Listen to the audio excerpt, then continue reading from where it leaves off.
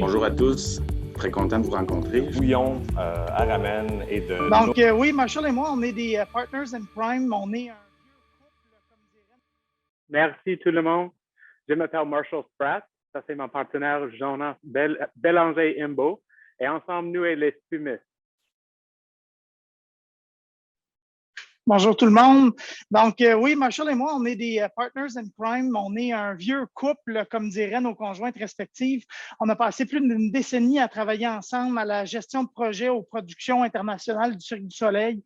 Quand la pandémie a frappé, on s'est dit, bon, qu'est-ce qu'on fait, man? On s'est regardé, puis lui il vient du sud des États-Unis, donc la fumée, c'est toute sa vie, c'est dans son ADN. Sa grand-mère fumait, son arrière-grand-mère fumait. Et moi, je suis verbomoteur, donc on s'est dit, ben, you cook, I sell. C'est qu'on est parti comme ça. Puis, on a eu notre premier challenge organisationnel qui était, ouais, mais c'est qui emballe? Donc, on a créé un partenariat de co-packing social avec une organisme qui fait de l'intégration en milieu de travail de gens qui vivent avec des limitations fonctionnelles. On a ensuite procédé à la conception nous-mêmes et on a fait construire un espace polyvalent et dynamique qui est notre usine, qui est entièrement conçu pour soutenir notre croissance. La passion qui nous anime aujourd'hui est toujours la même que celle qui nous animait quand on faisait fumer, puis que ma blonde, on regardait par la fenêtre à 2h30 du matin dans le cours, puis qu'on était là, puis elle se demandait ce qu'on faisait. Mais je vous rassure, on boit beaucoup moins de bière maintenant en le faisant.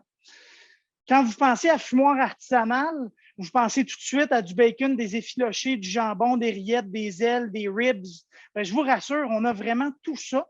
Mais par contre, avec notre première année en affaires, en se basant sur la demande, on s'est vite rendu compte que notre plus grand succès commercial, puis la demande était phénoménale pour notre gamme de produits, les Fumix. Les Fumix, ce sont des grignotines fumées de façon artisanale.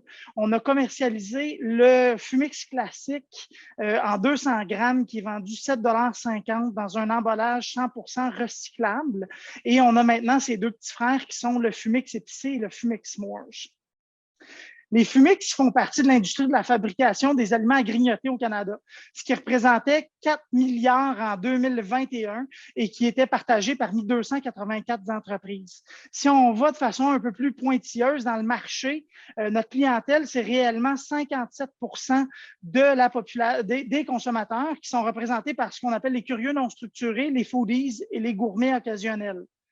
Réalistement, notre produit s'adresse à des adultes de 18 ans et plus, avec ou sans famille, qui ont un revenu moyen, qui aiment se faire plaisir sans culpabilité et qui recherchent la fraîcheur et la qualité de chez nous. Grâce à son prix et ses avantages concurrentiels, comme ses ingrédients premium, la technique de production, notre image de marque sophistiquée, la collection Fumix s'est taillée une place enviable au cœur de l'écosystème des grignotines spécialisées au Québec. Il y a beaucoup d'avantages et de bénéfices qui découlent de notre collection fumiste, étant une alternative plus saine qui s'aligne sur les préférences des consommateurs. C'est un produit attrayant qui s'adresse à un plus grand bassin de consommateurs. En ayant une marque destinée aux consommateurs passionnés à la recherche d'authenticité, ça nous permet de créer des opportunités exceptionnelles de partnership avec d'autres produits pour ainsi pouvoir augmenter le panier moyen. En contrôlant le processus de création, de l'approvisionnement jusqu'au produit fini, ça nous permet de maintenir les normes de production les plus élevées. Il y a également, finalement, le co-packing social. Ça nous permet de soutenir une organisation qui correspond à nos valeurs, donc aux valeurs de nos consommateurs, tout en faisant une différence positive dans notre communauté. Notre plan de support passe encore beaucoup par le développement de nos points de vente, ce qui a favorisé un contact direct avec nos détaillants et nos consommateurs.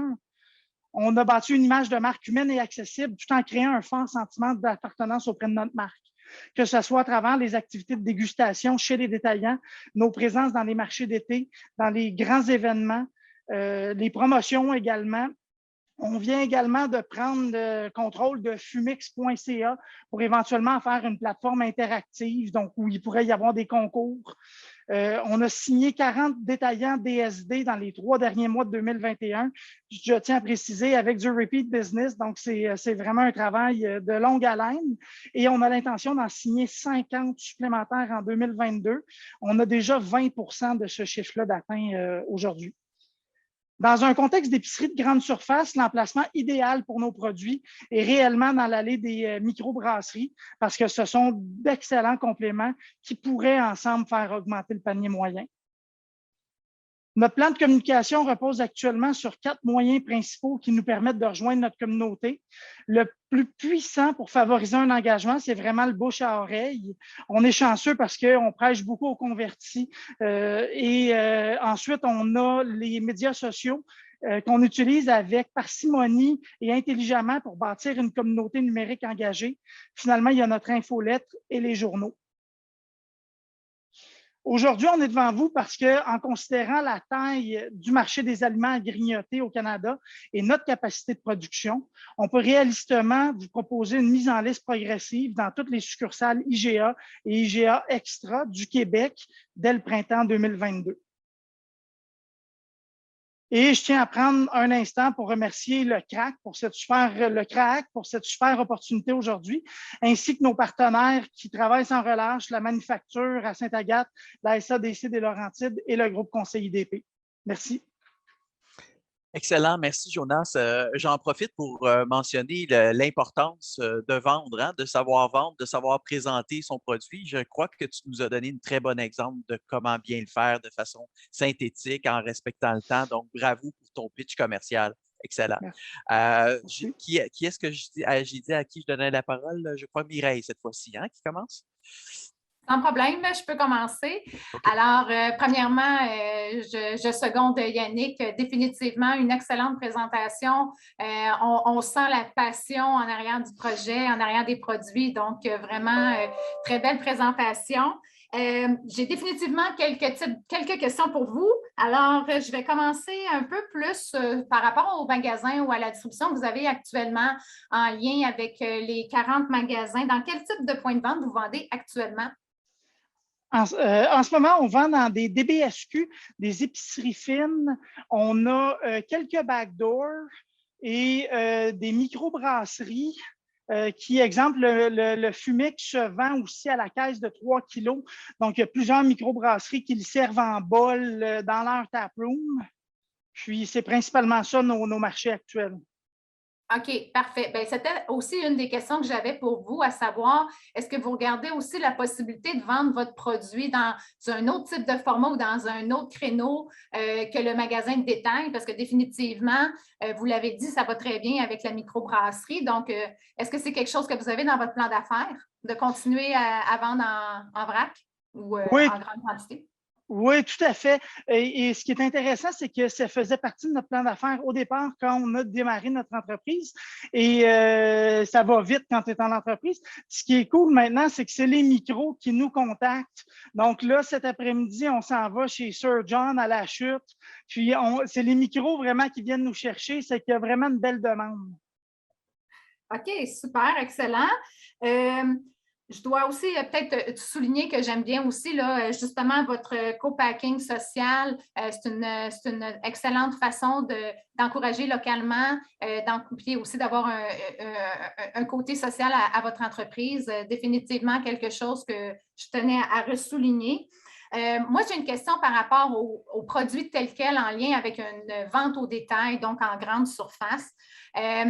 Quand on regarde le produit en tant que tel, définitivement, il se distingue par son goût, mais tout de même, la matière première que vous utilisez est similaire à ce qu'on pourrait retrouver dans le marché en termes de concurrents directs, mais définitivement beaucoup plus cher. Donc, comment vous voyez un petit peu votre différenciation ou peut-être vos nouveaux produits pour vous différencier davantage des autres styles de grignotine qu'on retrouve sur le marché? Tout à fait. Effectivement, je dois admettre que le contenu de notre produit est vraiment soigneusement sélectionné. On a fait un test dans le passé parce que tout le monde nous dit « Ah, il y a des arachides, c'est un allergène, il faut enlever les arachides. » On a essayé 4 recettes sans arachides, ça ne fonctionnait pas, il n'était pas aussi bon. Il y a beaucoup de gens qui, au départ, disent « Ah, ben oui, je connais ça, c'est comme un millimélo. » Puis une fois qu'ils y goûtent, la qualité, une fois que tu y goûtes, tu la vois, la différence. Donc ça, c'est vraiment important. Le fait qu'il y ait des poissons dedans. Je disais souvent dans les marchés d'été que c'est un attrape-enfant parce que « Oh, maman, il y a un poisson! » Avec les poissons, on met vraiment des produits de qualité. Dans les s'mores, c'est du vrai chocolat. C'est pas du chocolat de sucre, c'est pas du caroube, c'est pas… On utilise vraiment des ingrédients de première qualité.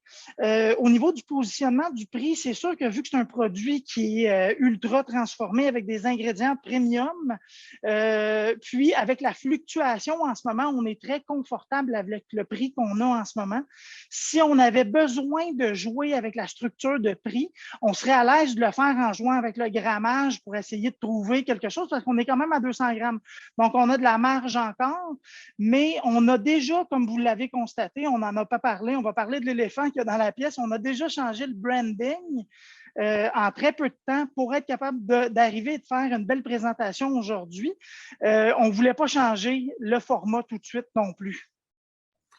Parfait. Donc, peut-être ma dernière question pour vous. Vous avez parlé de vos nouveaux produits qui s'en viennent ou qui sont lancés. Donc, c'est peut-être un peu ça ma prochaine question. Comme vous le savez, c'est une question que je me répète. Là, fait que pour ceux qui sont là à l'écoute depuis le début, marchandiser un seul produit dans un magasin, définitivement plus un challenge qu'une gamme de produits.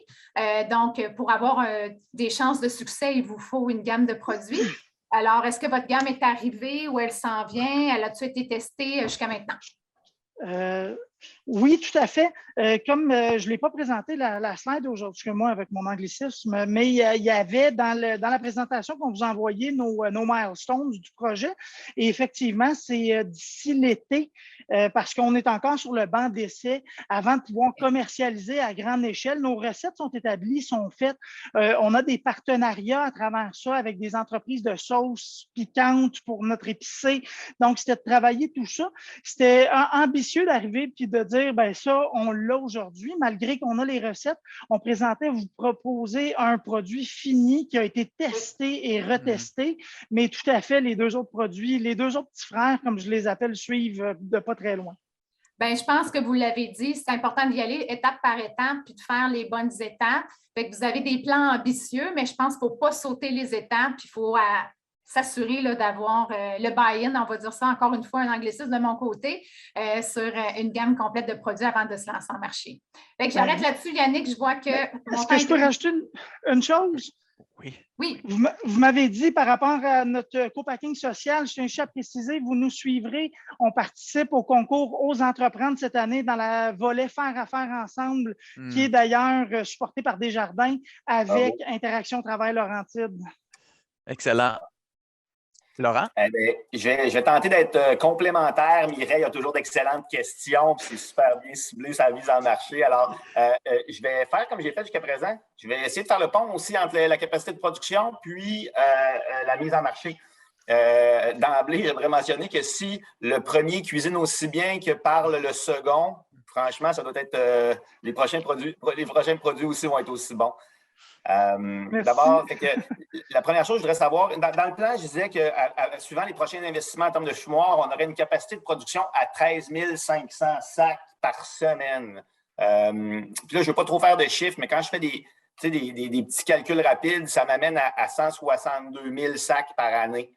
Mais là, après ça, je mettais ça en parallèle de la fiche que vous mettiez sur qu'est-ce que vous vouliez faire dans votre phase 1 et 2, puis combien de magasins vous vouliez répondre. Puis là, malheureusement, moi, ça m'amenait un calcul à peu près qui resterait 4 sacs par magasin par semaine.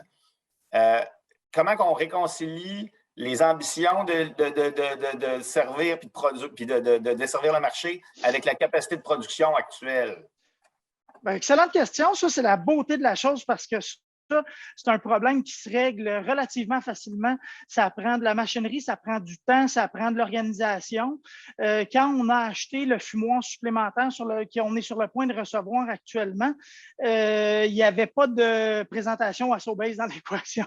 Donc, c'est ça. Et nous, on vient d'un domaine, au Cirque du Soleil, à la fin d'une journée de production, le designer te dit l'élément qu'il y a là, qui est gros comme un triplex à Montréal, il est jaune, demain, il faut qu'il soit bleu, puis je veux qu'il tourne. Donc là, tu as la nuit pour le changer de couleur puis le faire tourner. Donc ça, au niveau organisationnel, on n'a aucun problème de suivre la demande à partir du moment où on sait quelle est la demande. Super. Puis la suite, dans le fond, ça va être beaucoup de faire le même pont qu'on a fait, c'est-à-dire c'est quoi le retour sur l'investissement de tes équipements, puis après ça, pouvoir justifier la séquence d'investissement, puis pouvoir démontrer à tes partenaires financiers éventuellement c'est pas l'arrimage entre ces volumes cibles que tu dois atteindre puis ton retour sur l'investissement sur les équipements. Mais bravo, parce que c'est ça l'entrepreneuriat. C'est de bâtir un avion en plein vol. Puis nos entrepreneurs, ils le font au quotidien. Fait que bravo à vous. Là, on le voit bien que c'est réalisé. Merci. Puis, écoute, c'est tout à fait ça parce que c'est aussi d'évaluer nos coûts fixes actuels puis de voir jusqu'où on peut augmenter notre production dans nos paramètres actuels, tels comme ils sont, parce qu'on joue avec nos coûts variables, nos coûts fixes, par portion, par unité produite, si on ajoute de l'équipement supplémentaire, ça va définitivement avoir un impact. Puis, question complémentaire, est-ce que vous avez réfléchi voir ou est-ce que vous avez déjà des bons contacts que vous êtes allés chercher à l'externe? Des gens de l'alimentation, des gens du commerce, du détail, des gens qui ont fait ce type d'expérience-là, dans le fond, qui ont réussi à naviguer le parcours que vous apprêtez à naviguer. C'est tout le temps bon de s'entourer de joueurs comme ça. Fait que la question, c'est est-ce que vous l'avez fait? Puis sinon, c'est surtout de l'éveiller puis de l'amener à l'ensemble des participants. Là. Écoutez, je vais en profiter pour faire une petite promo parce qu'il nous aide depuis le début. Puis quand tu pars en entreprise, il faut que tu aies des gens pour t'aider. Nos voisins, c'est l'entreprise SOS Fondu qui est rentrée chez Sobase l'an dernier. Puis il y a une chance qu'ils sont là pour nous aider à travers notre parcours d'entrepreneur. Ça fait toute la différence. Mm-hmm. Super. Ouais. Yannick, il me reste un peu de temps ou c'est fini? Oui, c'est fini. Okay, c'est fini. On a un petit peu de retard aussi, quelques minutes, mais c'est rien. Oui, absolument. Merci à tous les participants. Merci les fumistes de nous avoir terminé ça avec une belle enthousiasme ou dynamisme aussi. Excellent.